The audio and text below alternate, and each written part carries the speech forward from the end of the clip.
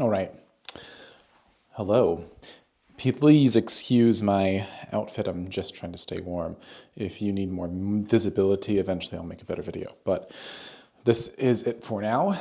There is a lot more depth that I can go into, and I will go into, to unlock the hip and improve your sensory ability to be in this hip hinge position.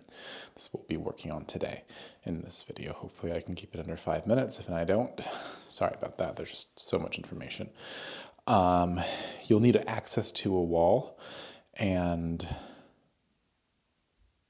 let's just keep it simple and keep access to the wall in your hands. Okay, so you need to have some awareness of what your spine is doing in order to do this video well, or this exercise well, excuse me. You need to be able to hinge down, and I'm really asking you to think about reaching through your head as this hip goes back. A lot of people make the mistake of when they hinge, they create a lot of roundedness, and there's a time and place for that type of movement. It's just not in this exercise if we want to properly load and feel the glutes and the hamstrings. So to get going, you're going to stand about a foot away from the wall. Feet are going to be hip distance apart. Hands are going to be on your thighs. You're going to soften your knees and allow your weight to sink down into your heels. I want you to imagine there's a string attached to your tailbone and it's pulling down to the ground. Okay, that's going to prevent your low back from getting too extended like that. And we're just going to sink into this feeling. Heels are getting heavy. Our weight is able to shift backwards into the back of our body, and we're able to feel the heaviness dropping through the heels. That's very important. I know I keep mentioning heels, but hopefully that's sinking in deep into your mind. Hands are in your thighs, and then you're going to just reach back gently and try and touch your butt to the wall, hinging all the way until you start to feel your hamstrings right about here. You might also feel hamstrings here. It really depends on what your individual situation is. So I'm reaching back, and obviously my hands can go far below my shins, and I can still maintain this position, right? I'm not rounding through. There's no rounding or flexing of my spine because I'm able to lengthen and reach back and access this posterior chain. Okay, so if you get down to here and you're already feeling your low back round or some type of compensation, please stop. There's no point in you extending further and using that back. There's an intention to this exercise, and we have to stay within the parameters and the guidelines of the exercise so that we can build a strong foundation. And then from there, we can screw around. So first learn the rules, and then learn how to color outside of them. So, just like speeding, you learn the rules, and you still get to speed.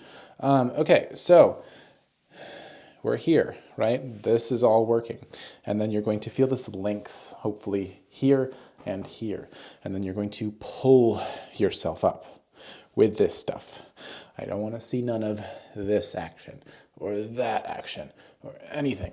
Now, notice I go down. I'm reaching this butt backwards.